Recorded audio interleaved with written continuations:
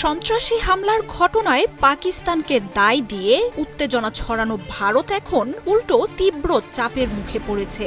এক বিন্দু ছাড় না দিয়ে সীমান্তে সম্ভাব্য যুদ্ধের সর্বোচ্চ প্রস্তুতি নিচ্ছে শাহবাজ শরীফের বাহিনী।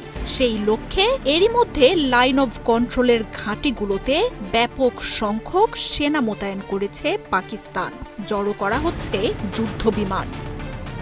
সীমান্তে সৈন্য সংখ্যা বৃদ্ধির প্রমাণ মিলেছে ট্র্যাকিং ওয়েবসাইটগুলো থেকে, যেখানে দেখানো হয় পেহেলগাম হামলার পরই করাচির বিমান ঘাঁটিগুলোতে শুরু হয় চূড়ান্ত তোড়জোড়। একের পর এক যুদ্ধবিমান উড়িয়ে আনা হয় লাহোর ও রাওয়ালপিন্ডির কাছে।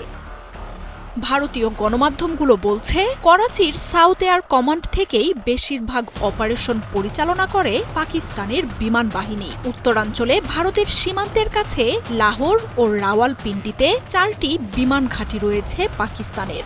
অনুযায়ী সীমান্তের কাছে জড়ো করা হচ্ছে PAF-198 ও লকহিড C-130E হারকিউলিসের মতো বহুমুখী কাজের জন্য ব্যবহৃত মার্কিন বিমানের বহর। এছাড়াও PAF-101 ও এমব্রায়েম ফ্যানম 100-এর মতো জেট বিমানও মোতায়েন করছে পাক বাহিনী। ভারত সীমান্তে আগে থেকেই মোতায়েন রাখা অ্যাটাক ড্রোনগুলো সক্রিয় হয়ে উঠেছে। তুরস্কের কাছ থেকে কেনা বাইরাক্তার TB2 ড্রোনও এখন ভারতের কাছে মোতায়েন করেছে পাকিস্তানি বাহিনী। বিশ্ব জুড়ে বেশ কিছু সংঘাতে জয়ের পেছনে তুরস্কের এই চমক জাগানো ড্রোন বহরের সাফল্য নিয়ে শঙ্কার কথা উঠে আসছে ভারতীয় গণমাধ্যমগুলোতে। বিমান বাহিনীকে প্রস্তুত রাখার পাশাপাশি লাইন অব কন্ট্রোলে সর্বোচ্চ সতর্কতা জারি করেছে পাক বাহিনী। বাংকারগুলোতেও সেনা সংখ্যা বৃদ্ধি করা হয়েছে। আর পাকিস্তানের প্রস্তুতি দেখে বিশ্লেষকরা বলছেন, ভারতের সঙ্গে সম্মুখ সমরের জন্য পুরোপুরি প্রস্তুত ইসলামাবাদ। আর এসব পদক্ষেপ তারই ইঙ্গিত দিচ্ছে।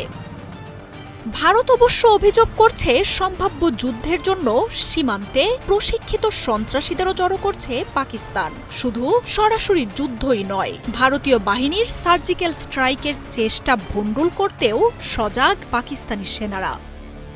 পেহেলগামে হামলার পরই ভারত পাকিস্তান সম্পর্কের অচলাবস্থা স্মরণকালের সর্বনিম্ন তলানিতে পৌঁছায়। হামলার ঘটনায় পাকিস্তানকে ইঙ্গিত করে কঠোর জবাবের ঘোষণা দিয়েছেন ভারতের প্রধানমন্ত্রী নরেন্দ্র মোদী।